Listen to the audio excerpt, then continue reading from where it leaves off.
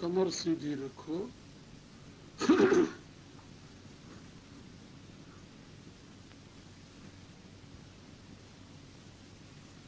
अनंत आकाश को देखो अंतर्मुखी होकर। अंतर्मुखी होकर अनंत आकाश में पृथ्वी, पृथ्वी पर अपना शरीर ऐसा अनुभव करो। शरीर के चारों तरफ अनंत आकाश जो ऊर्जा से, एनर्जी से भरा हुआ है, उसी से हमें श्वास के रूप में जीवनी शक्ति प्राप्त हो रही है। ऐसा अनुभव करते हुए लंबी श्वास, गंभीर श्वास लो, जिससे अधिक से अधिक ऑक्सीजन तुम्हारे शरीर में जाए।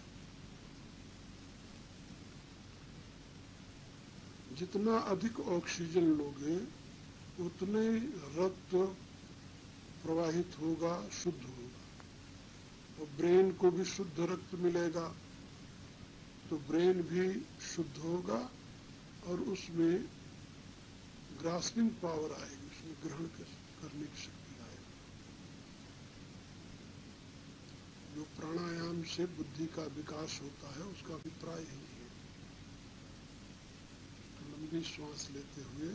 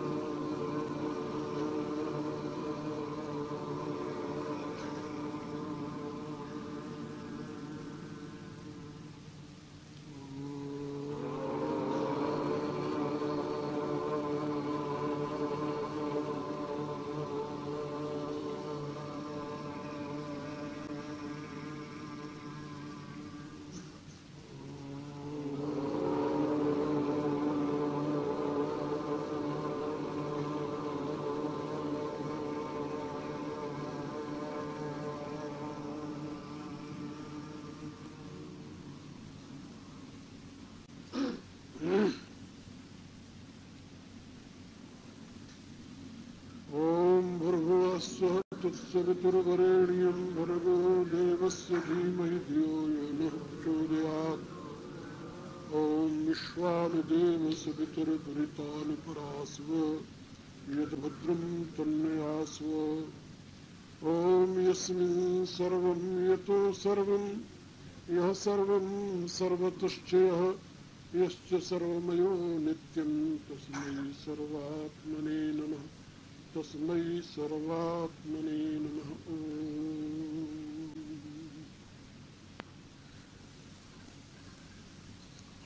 मेरी प्रिय आत्माओं, करुणा निधान भगवान अपनी करुणा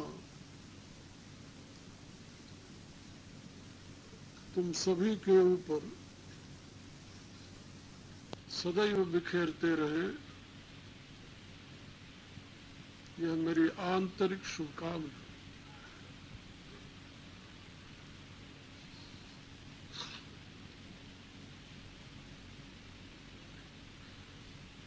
बहुत ही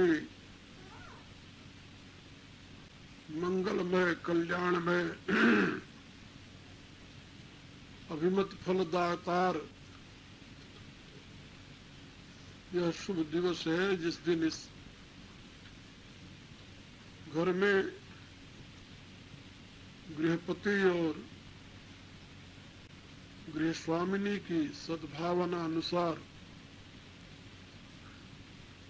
सत्संग का आयोजन हुआ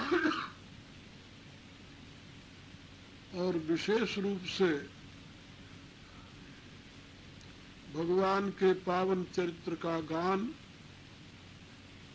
और उनकी महिमा का श्रवण यहाँ पर बहुत से लोग एकत्रित होकर के किए।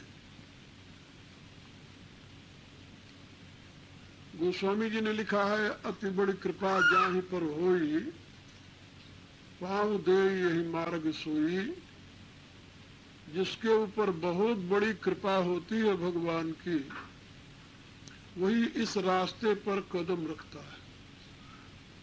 अन्यथा तो दुनिया के लोग प्रसन्नता व्यक्त करने के लिए पार्टी का आयोजन करते हैं और उसमें क्या कुछ करते हैं आप लोगों को पता है। वहां भगवान का प्रसाद नहीं वितरित होता, वहां तो घूंट लगाए जाते हैं। वहां सत्संग कीर्तन नहीं होता, वहां तो और प्रकार के डांस किए जाते हैं। यानी कहने का अभिप्राय ये है कि भगवान की बहुत बड़ी कृपा हो तो अच्छे संस्कार व्यक्ति में जागृत होते हैं और वह इस प्रकार के सात्विक वातावरण को उत्पन्न करने के लिए प्रयत्न करता है। तो मेरे विचार से इस परिवार के लोग भाग्यशाली हैं और प्रभु के कृपा पात्र हैं जो आज उनके इस घर में इस प्रकार का वातावरण बना हुआ है। अब मैं आप लोगों को अपने उस क्रम में नित्य की भांति भगवान का चरित्र सुनाने जा रहा हूं। सावधानी से आप लोग सुनिए।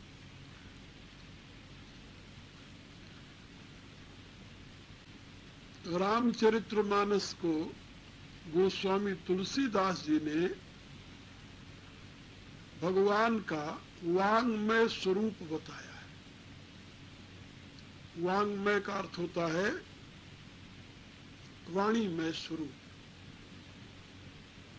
उसमें 7 कांड हैं और मनुष्य के शरीर में 7 प्रधान अंग होते हैं। 7 अंग होते हैं और रामायण में 7 कांड है।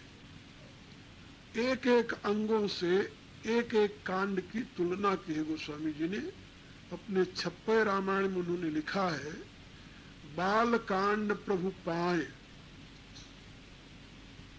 बाल कांड बहुत लंबा है और आपके लंबाई चौड़ाई को आप नापें यदि तो आपकी लंबाई आधी अपने पांव तक हो जाती है, कमर तक आ जाती है। इसलिए बाल कांड भी बहुत लंबा है। बाल कांड प्रभु पाए अयोध्या कटि मन मोहे।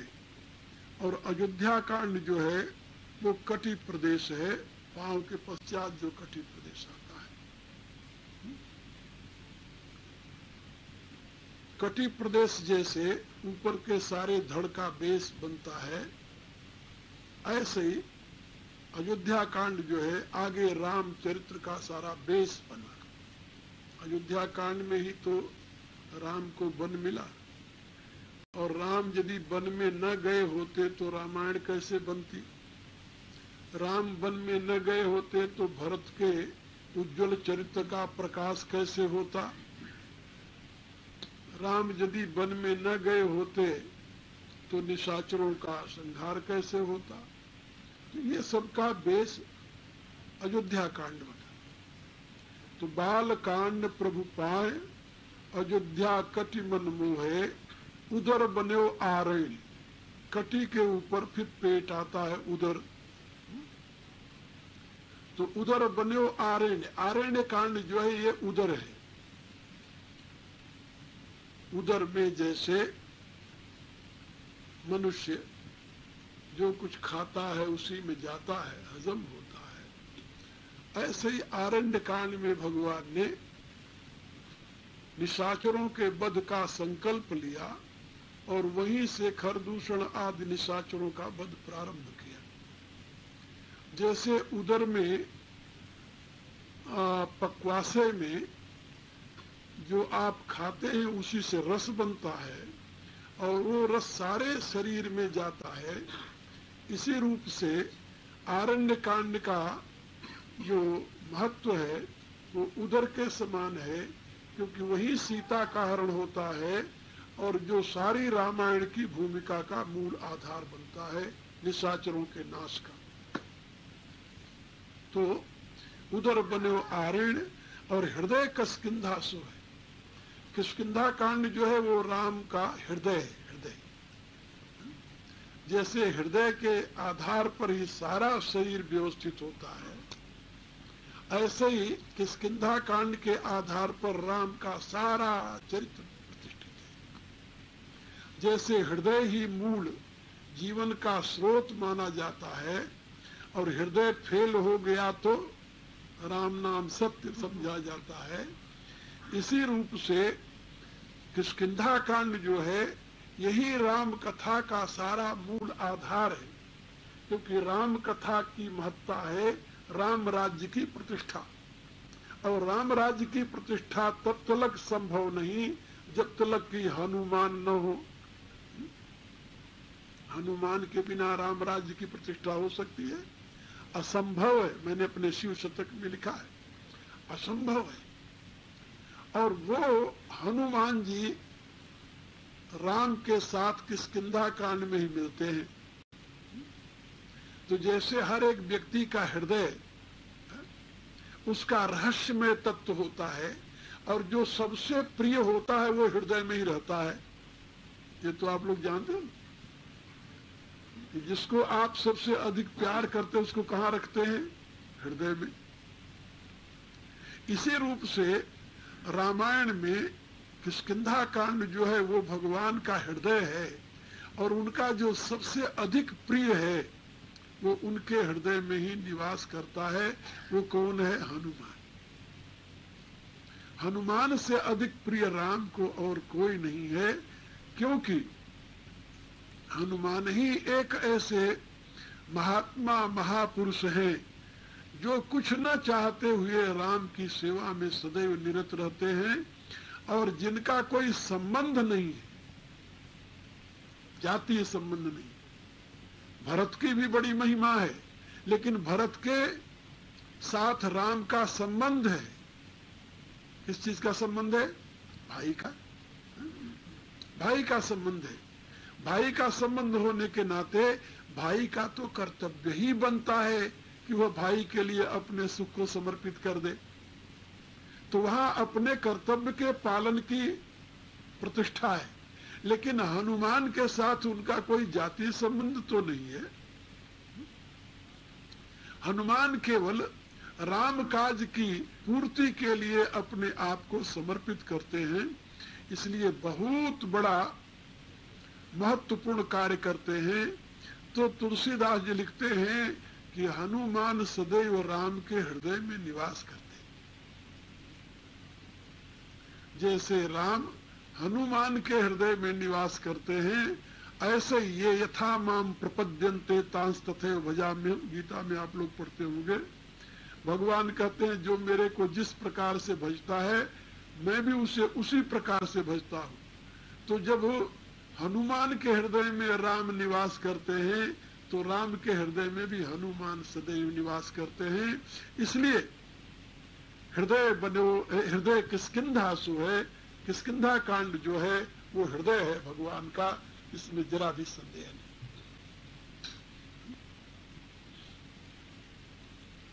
आप लोग एक किवाड़ है, ये बता रहा था कि किष्किंधा कांड भगवान राम की बांग में मूर्ति का हृदय है। उदर बन्यो आरे हृदय किष्किंधा सोहे सुंदर ग्रीव। सुंदर कांड क्या है? ग्रीवा है। सुंदर ग्रीव मुखार बिंद लंका कही गायो। और लंका कांड जो है भगवान का मुखार बिंद है, जामे रावण आदि निशाचर सकल समाये, जिसमें सारा निशाचर समुदाय विलीन हो गया। वो लंका कांड भगवान का मुखार बिंद है। और उत्तर मस्तक जान इम, और उत्तर कांड जो है वो मस्तक है भगवान का। जैसे मस्तक में हर एक प्रश्न का उत्तर निश्चित होता है, ऐसे उत्तर कांड में हर एक समस्या का उत्तर निश्चित है। सामाजिक समस्या, व्यक्तिगत समस्या, पारिवारिक समस्या, राष्ट्रीय समस्या, कोई समस्या ऐसी नहीं है जिसका उत्तर उत्तर कांड में न हो। तो उत्तर मस्तक जानु इम, यही विधि तुलसीदास भनु आदि अंत लो देखिए श्रीमन मानस राम तल, ऐसा तुलसीदास जी ने छठवें रामायण में लिखा। तो आदि से अंत तक देखिए तो ये रामचरितमानस जो है वो भगवान राम की साकार मूर्ति है। और उस साकार मूर्ति में हृदय का स्थान किष्किंधा कांड को मिला है, क्योंकि हृदय प्रिय का स्थान होता है और राम के जो परम प्रिय है भगवान मारुति, वो किष्किंधा कांड में ही आकर उनसे मिलते हैं। और वही कथा मैं आप लोगों को सुना रहा हूं कई दिन से कि भगवान के समक्ष हनुमान जी उपस्थित होकर के प्रश्न करते हैं, भगवान राम उनको उत्तर देते हैं, उत्तर रहस्यमयी भाषा में देते हैं और उस रहस्यमयी भाषा का बोध होते ही हनुमान जी राम को पहचान लेते हैं। जब भगवान उनसे कहते हैं कि आपन चरित कहा मैं गाई, मैंने अपना चरित्र तो गाकर सुना दिया, कहू विप्र निज कथा बुझाई, हे ब्राह्मण देवता अब तुम भी अपनी कथा मुझे समझा करके कहो, क्योंकि कथा कहता है ब्राह्मण, तो अब अपनी कथा सुनाओ, दूसरे की कथा मत कहो, अपनी कथा कहो। कहो विप्र निज कथा सुनाई। हम दूसरे की कथा तो बहुत विस्तार से कहते हैं और जो अपनी कथा कहने की बारी आ जाए तो गला ही बंद हो जाता है, मुंह बंद हो जाता है। क्यों? कारण क्या जानते हो? इसलिए यानी मनुष्य की कथनी अलग है, करनी अलग है। जो कहता है वो करता नहीं, जो करता है वो कह नहीं सकता 10 आदमी के सामने, इसलिए अपनी कथा वो बताता नहीं। यहाँ पर कहो विप्र निज कथा बुझाई का एक और भी भाव है। भगवान कहते हैं कि ये जो तुम नकली रूप बना कर आए हो मेरे सामने इस कथा को समझा कर कहो प्रयोजन क्या है तुम्हारा। कहो विप्र निज कथा बुझाई, तो इतना कहना था। नाम राम लक्ष्मण दो भाई सुनते ही राममय जिसका जीवन है, जिसके श्वास श्वास में राम गूंज रहा है, उस राम को साकार रूप में अपने समक्ष देखते ही भगवान मारुति प्रभु पहचानी प्रभु गही चरणा, प्रभु को पहचान लिए और उनके चरणों में गिर गए। अब जब चरणों में गिर गए तो भगवान शंकर मौन हो गए। अब जब भगवान शंकर मौन हो गए तो कथा बंद हो गई। जब बहुत देर हो गया तो पार्वती जी ने सोचा कि ऐसा न हो कि भगवान समाधि में चले जाए, फिर तो हमारी कथा बीच में रह जाएगी क्योंकि भगवान की समाधि कोई जल्दी तो खुलती नहीं। और उसको सती रूप में उन्होंने अनुभव किया है। बीते संबत सहस 87 तब तजी समाधि शंभु अविनाशी। 87,000 वर्ष बीतने पर एक बार शंकर जी की समाधि खुली थी। तो पार्वती जी ने सोचा कि इस समय यदि समाधि में चले गए तो पता नहीं कितने हजार वर्ष बीत जाएंगे और कितनी सुंदर प्रभु की कथा सुना रहे हैं प्रभु।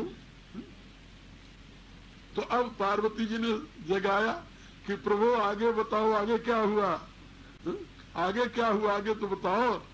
तो भगवान शंकर जी फिर यानी जागृत अवस्था में आए। उन्होंने कहा क्या करूं देवी, सो सुख उमा जाई नहीं वरना।